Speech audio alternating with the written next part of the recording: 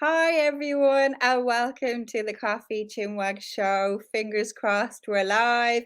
If you can see and hear me, please let me know in the comments today. Every day this week, Monday to Friday at 3 o'clock UK time, currently British summertime, even though it doesn't feel like it today, I'm going to be chatting to an amazing female entrepreneur. And today I'm going to be chatting to AnYes on the power of reinvention. We're going to be chatting for roughly a half an hour. I'm really passionate about reinventing myself. I've done it a lot in my career and currently in my business as well. My super connector is very different to what it was when I first started out 4.5 years ago. So I'm a big believer in the power of reinvention. So bear with me, folks. As you know, if you watch these, I have a few notes and prompts to keep me on track. So I just want to give a little intro for AnYes before I bring her up onto the stage. Oh, okay, somebody is here. So hello, LinkedIn user. Sadly, I can't see your name. I think it's probably because you're not signed up to StreamYard. That's why you're coming up as anonymous. But it's good to know that somebody is here. So thank you for joining us. And if anybody is watching this live or even on replay, let us know. Stick it in the comments, put in hashtag replay, and we will come back to any comments after. So brief introduction to AnYes. So hopefully I'm saying her name right. So it's AnYes van Rhijn, and she's known as the Reinvention Mentor, and she's an award-winning life and business transformation mentor. And she helps women who want more from life and are ready to step into the driver's seat of it to redesign their life and business on their own terms. Sounds amazing. So who wouldn't want that? So I'm going to bring her up, but before I do, I know I have a knack of launching into these lives and forgetting to introduce myself, and I've done it again today. I presume that you all know me, but you don't. So for those of you who don't know me, I'm Jennifer Corcoran. I'm a multi-award winning LinkedIn trainer and strategist, and I help female entrepreneurs to polish up their profiles and to connect with finesse so that they can attract their ideal clients with ease. I'm all about organic reach, no spammy, awkward, cold outreach. I'm all about the power of DMs, but positive DMs. So I can see more people joining us, which is great. I'm just going to have a quick look. Oh, great. I can see Karen. Thank you. And yes, sorry, it's Jane that is not showing up for some reason. Don't worry about it, Jane. It's the joys of tech. Sometimes it plays up. I know you've got StreamYard because I know you've ran your own show on StreamYard and I've had you on as a guest. So I don't know why it's not working. So don't worry, Jane. Thanks for joining. So I'm going to bring up AnYes onto the screen now. Welcome, AnYes. Thank you so much for joining us today. Thank you for having me, Jennifer. It's a pleasure. And I know this is your first LinkedIn Live interview, so I really appreciate you coming on and trying something new. I gave you a brief intro there. Is there anything that I've missed out that you want to kind of talk about? No, I think it's. I think you said the essential. That's really what I'm about. It's really helping. I'll tell more about what reinvention means to me, even if I've reinvented myself quite drastically. But it's really about stepping in the driver's seat of your life. It's that's what it is about. Yeah, and redesign. Yeah. And I love that. I love your title of the Reinvention Mentor. And can you tell us a bit why you're known as that? Well, to start with, I have reinvented myself multiple times in my life. So I definitely am very resilient. But some 7 years ago, I left a toxic relationship in France. And as a consequence of that, it was a choice, a conscious choice, despite knowing that I would lose everything in the process. And I did. And I moved in with my sister, one of my sisters, for 1 year, which is not the easiest thing to do when you're 57. But instead of stepping into victimhood, I decided that it was in fact an amazing opportunity to reconsider all my choices in life and business. And back then I was an executive coach. I wasn't really enjoying it. Something was still off. And so the first decision I made was to actually stop working as an executive coach and work with female entrepreneurs only, which was a very scary decision because it would have solved my financial situation. But it felt so good. And the second decision had to do with where am I living, because my roots are Dutch. Both my parents were Dutch. I grew up bilingual, bicultural. But I've lived most of my life in France. And I have never felt home in France, but I've also lived in the Netherlands, and I've never felt home in the Netherlands. So where do you go? And my daughter back then was studying finishing her first year at London School of Economics. And she said to me, "Mommy, you have to come to London. It's so much you." And I would never have thought of London, because I've been traveling to London 2-3 times a week when I was in the corporate world and later as an executive coach. So it was always quick, quick, quick, the airport, office and hotel quick. And so it hadn't occurred to me. But when she said so, I decided that I was moving to London. And I ended up doing, but after having sold my car, my jewels, my furniture, my books, and the result of that is that I arrived in London on the 21st of July, 90, what is it? I now have a doubt, not 90, 2015. So 6 years ago, it was 6 years ago this summer, with just 2 suitcases, no income, no savings, 8 weeks of house sitting, that was all. And the ball started rolling from there. But I had a very clear vision of what I wanted to achieve. I knew, and I run trainings and workshops on that, I knew how to handle fear as a fuel instead of letting it paralyze me, because you can imagine that I've had more than one panic attack at 3 o'clock in the morning, wondering how I would make it to the next day. But that's how it all started. That's very inspiring. Such a brave story, because I also have moved to London in the past, and I probably had about 8 weeks money as well, but I was in my 20s, so it's not so brave. So I really admire your Yeah, whole. I was 50. I was 58, and I have been living in a bedroom for 5 years, where I came from a house of 250 square meters, where I was living on my own. So that wasn't exactly the same, but I've never regretted it, never ever. The moment I arrived, I had stepped into abundance. I was grateful for what I had, and that makes such a difference.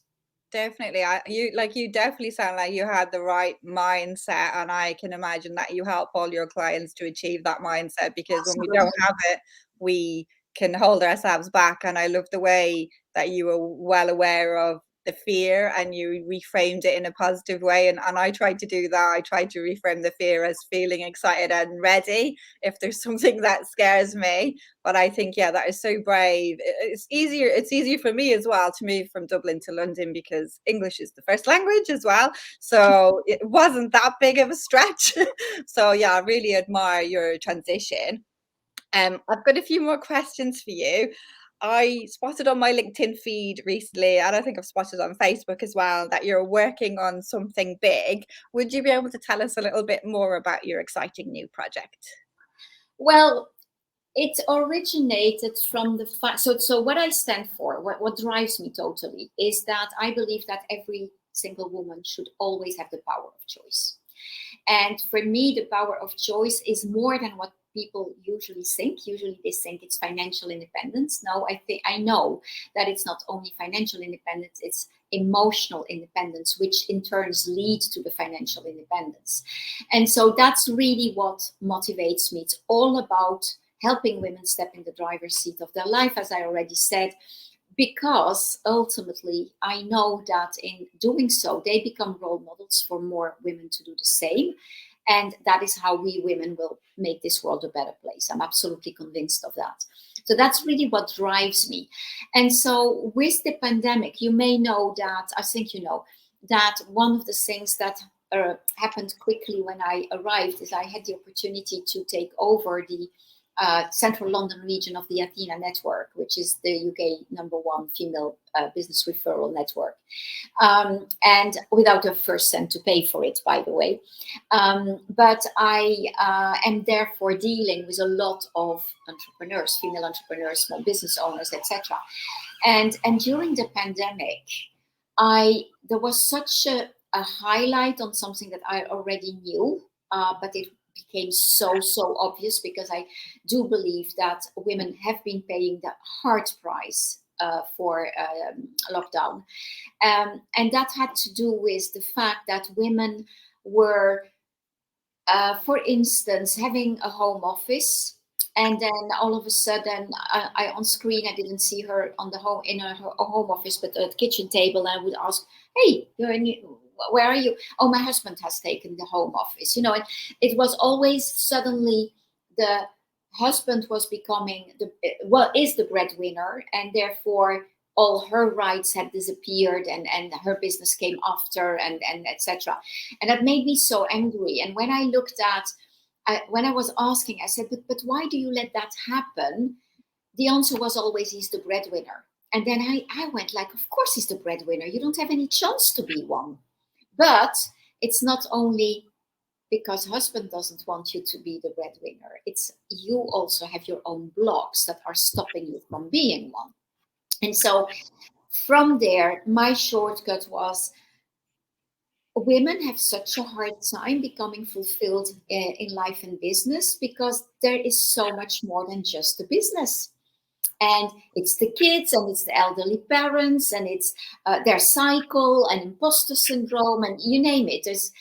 And with my Dutch background, the Dutch in me is very much structure, organization, saving time, being practical, etc.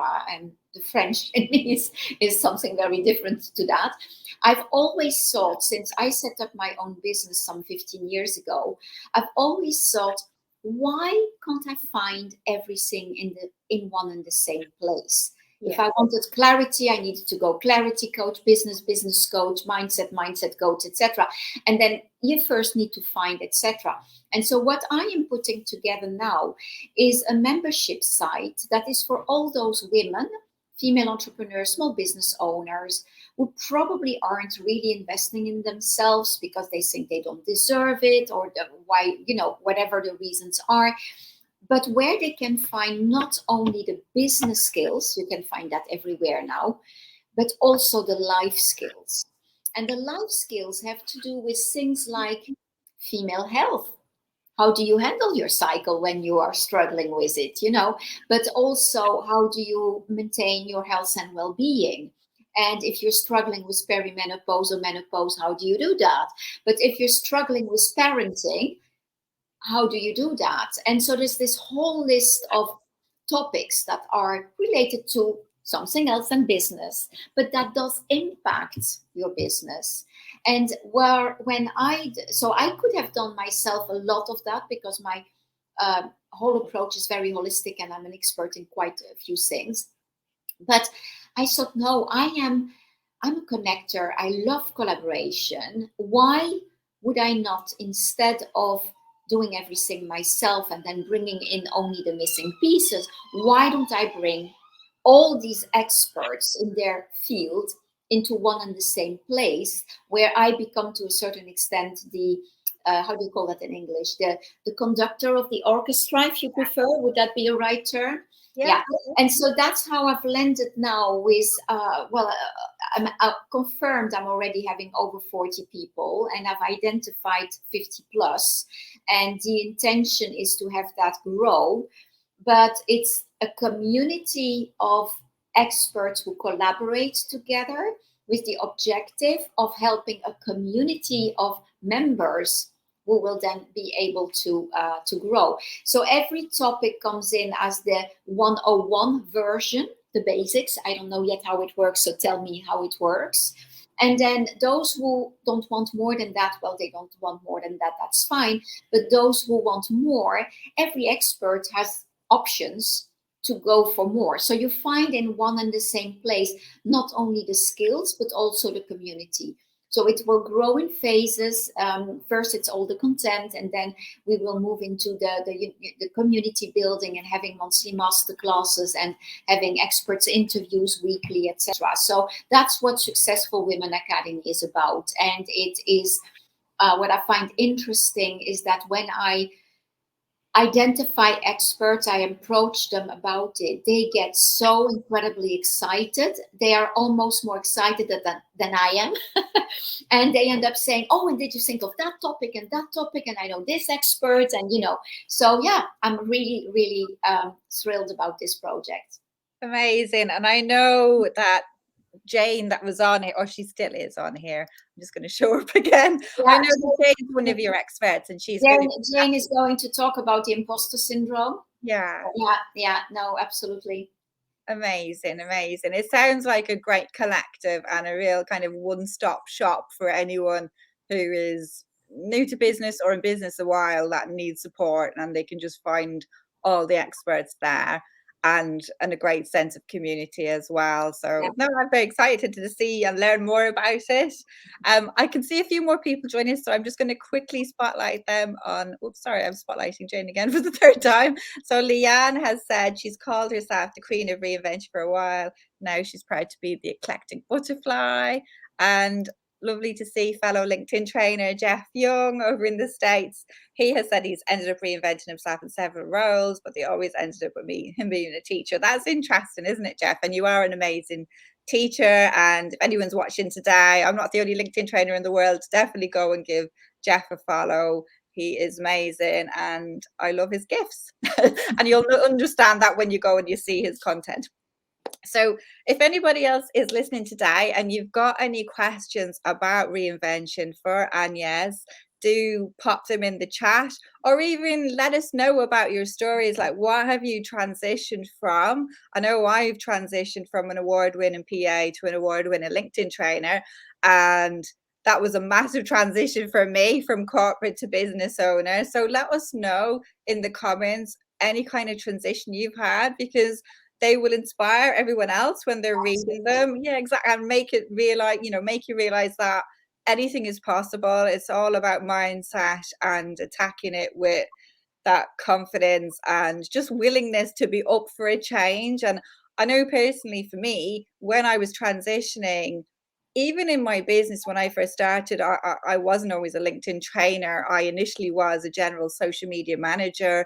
I was on Facebook and Twitter and Instagram and LinkedIn. But in corporate, I didn't do any of that. That was all a hobby for me. So to make that transition, I did it through education, doing loads of courses and lots of volunteering work. So I was a social media manager in a voluntary role, and I cannot stress enough how amazing volunteering is if you want to transition. So if you think you're in a certain role and you're pigeonholed and you feel stuck, think, what volunteering can you do that will help you on your journey, because there are always options out there. And that's how I got the confidence to make the switch. So I don't know if you've got any tips like that, AnYes, that you could share. Well, talking about what you mentioned when you started this last comment, I have two of my favorite quotes, which are my quotes. One is that don't let anyone tell you your dream is impossible. That's for me really, and it's on my vision board. I run vision courses, and when I give them the PDF, it says so. And the other one is that it's never too late to reinvent yourself. Yeah. It's all about having the courage to step into your into the driver's seat. But I think that it has also to do, one thing that I became very conscious of when I left this toxic relationship, and I can tell you that I am so grateful that I've had that relationship, because I wouldn't be who I am today without it. And so what became obvious to me then is that I had a very beautiful life so far. But when I was looking into more detail, none of them were my choices. We think we make a choice, but I landed, for instance, when I did my reconversion to executive coaching 15 years ago, why did I do that? Because everyone was telling me that with 25 years of corporate experience, I should be an executive coach. And ultimately, I didn't enjoy it. But I did what everyone said I should be doing. So we're all where we are in life as a consequence of our choices. But more often than not, they are not our choices. We've been led to. And so for me, the pillars of my work, what's really underlying is self-awareness, because you can't change something that you're not aware of. Yeah. But from that place of self-awareness, to then start making conscious choices, and from that place of conscious choices, then be very intentional and focused. And that is really what makes the difference. And then the key is to have a very, very clear vision, because we're normal human beings. We go off track. We have our times where we think like, I don't feel like it anymore. I want to give up. Yeah. Don't give up. Just ask yourself, what has been preventing me right now, and what can I adapt so that tomorrow I go back on track again.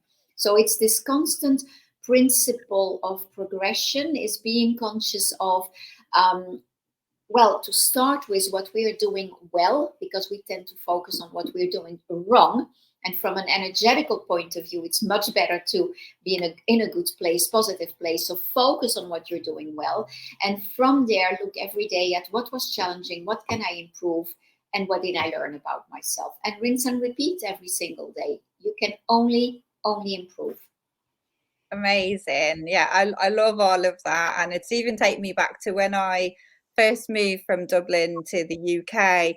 I initially, back in Dublin, I worked in publishing on a magazine. And when I moved to London, I tried to break into publishing and I wasn't able to get my foot in the door. So I had to completely reinvent myself and think, like you said, it's all about self-awareness. I was like, well, what are my transferable skills? What am I good at? What could I be? And that's how I landed up being a personal assistant. I wasn't a personal assistant ever before that, but I had all of that kind of transferable skills. And like you, similar journey. I was a PA. I was good at it. I'm quite an organized person like you, but it didn't spark my joy. And then I had a lot of people saying, "Oh, you're great organizer, blah blah blah." And then you kind of say, "Well, actually, I'm not really living my life for me," because I ended up in financial services, which is not totally in alignment with my core values. And I was in a bonus culture, so everything was very like money Oh, driven. And all of my family and friends were like, "That's a great job. You'd never give that up. You've got a great bonus." So it was like a form of handcuffs, golden handcuffs. And I yeah. just got to the stage where I was like, "No, I don't want this bonus. This is not lighting me up." And that's why I quit. So I think that probably if people dig deep today, you probably have done transitions without even realizing it.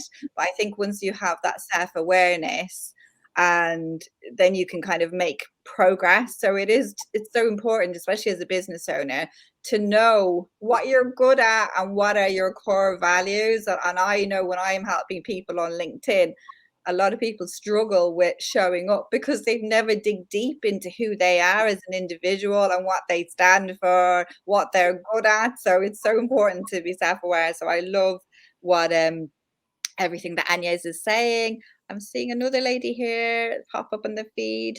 So she's always learning about different cultures. So she's just introducing herself. So thanks for joining us, Hannah Louise. It's nice to see a mix of nationalities in Yeah, the indeed. Yeah.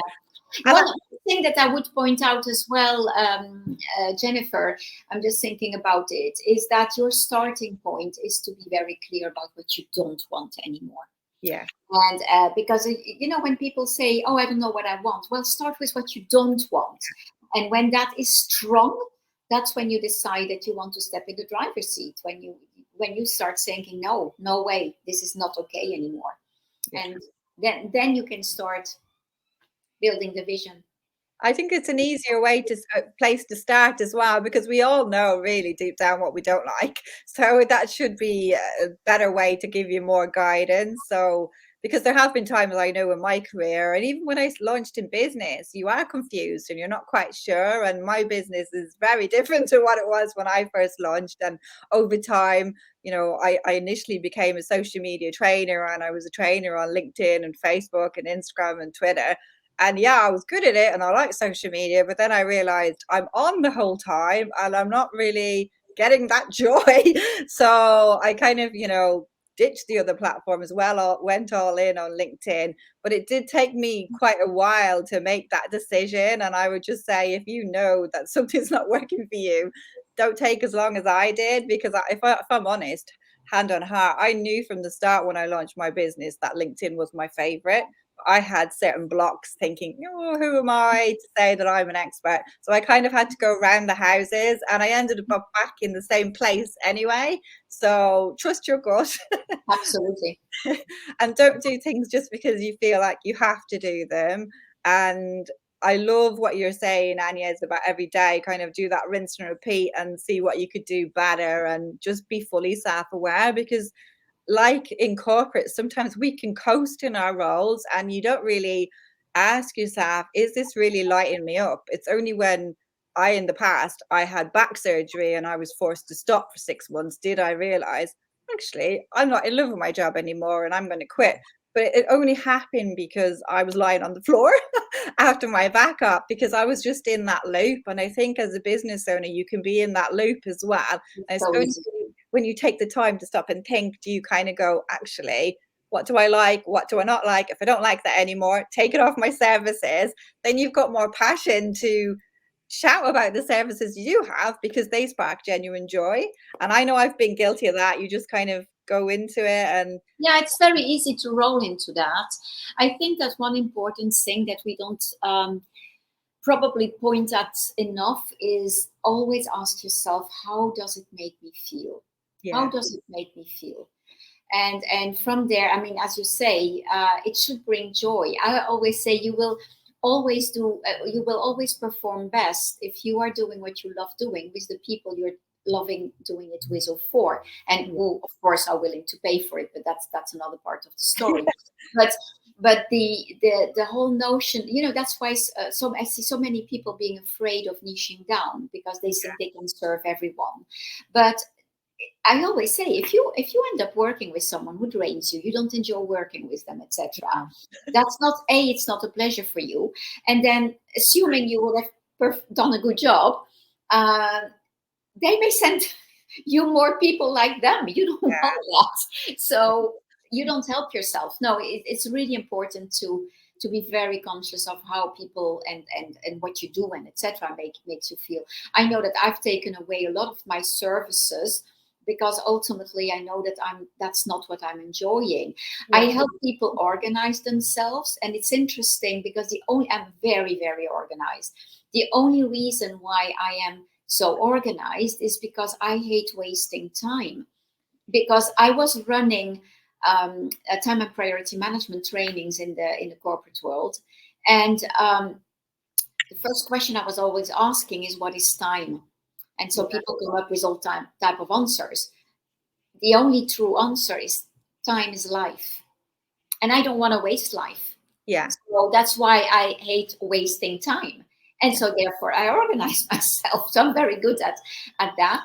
But is that what I enjoy helping people with? No, it's just one of the tools, but I would never, build a business around that, even if everyone says I should be. No, because that's not what lights me up.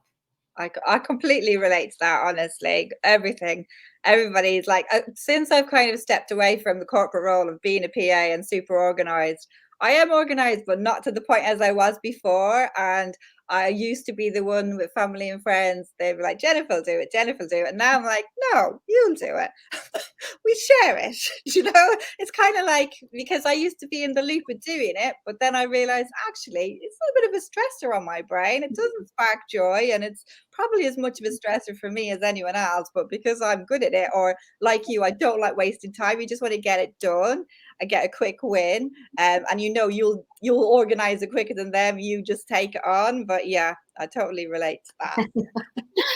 So I know we're nearly at the end of the half an hour on the topic of time. And you're clearly passionate about what you do and your work. Um, what ultimately drives you? Is it to help female entrepreneurs like yourself, or Well, it's what I said at the very beginning. What drives me is helping as many women as possible become emotionally and financially free, so yeah? that by becoming a role model for others, we women will make this world a better place. I completely agree. And I love the fact that you touched on even, women's energies, and you touched on niching. And I've had my husband recently say to me, oh, you're only helping female entrepreneurs. Why aren't you helping men? And it's like, I do help men, but female entrepreneurs are my ideal clients because the energy and the body of women is different. And we touched Yeah, slightly on perimenopause and menopause, and I'm going to be chatting to Adele on yeah, Adele is a good Wednesday about example. that. And it's International Menopause Day today. For all the men listening today, they'll probably be cringing, but Absolutely. there Yeah. is a different energy. The way women work is different. So that's why I've chosen women, because I'm just, I am a Yeah, woman. because I'm often being said, but men need as well what you are Yeah, bringing, and I agree. yeah, But yeah, but I enjoy working with women, so that's where my focus is. yeah. I'm the exact same. I still have male clients, people still come to me, but majority of my clients are female entrepreneurs, and they're the ones that I'm best served to help, because I am a female entrepreneur. So so I'm going to wrap it up, but before we go, what is the best way for people to get in touch with you? And yes, what's your preferred platform or website? I'm available on all platforms, but more how do you say that? Predominantly, something like that. Well, Predominantly, yeah. thank you. On LinkedIn and on Facebook, but on all platforms, I'm either AnYes van Rhijn or AnYes the Reinvention Mentor or the Reinvention Mentor. So easy to find. And my website is the reinventionmentor.biz. So Amazing. Well, thank you so much for being such a great guest. Your story yeah. is like so inspiring. Loved everything about it. And I love that you're saying, it's never too late to make a change. I know I've got a friend, and she's in the process of getting divorced at 62. And I know another lady, and she's roughly the same age, and she left her partner after 37 years. I'm not saying to everyone, go and get divorced listening today, but I'm just saying, if you're feeling like you're trapped, in a bad relationship or in a bad role, or Yeah, it's not only the relationship. That's why I'm exactly, saying reinvention doesn't necessarily need to be as a consequence of something, yeah, that drastic or emotionally heavy, etc. It's about choosing yourself. yeah. It's about choosing yourself and putting yourself in the driver's seat. I may have said it 4 or 5 times now. No, it's good, and I like I like that catchphrase of putting yourself in the driver's seat. So I just have one last comment. I'm just going to show up on the screen. Sadly, I can't see the user's name. So they're saying, once I started to understand what I was doing in the online space, I started to eliminate things from my business as well. That's good. It is good. And because otherwise you can't do everything, and I do think less is more, and as AnYes says, niching is the smart move, and it took me a long time to do it, but it definitely is the best thing for your headspace, and you do still end up attracting other people anyway, but yeah, less is more. So on that note, I'm going to let you go, AnYes, because I know you're all about the time. So Thank you so much. thanks so much, and please keep us posted about your new academy, your Successful Women's Academy, and if you get the links, I'll be sharing the replay after. I can stick it underneath this video, or when I share the video, I will share your links as well. So thanks a million, and Karen said, love that. Put yourself first in the driving seat. Yeah. Thanks. Bye-bye. Take care. Thanks everybody for tuning in, and see you again tomorrow at 3 o'clock. Take care.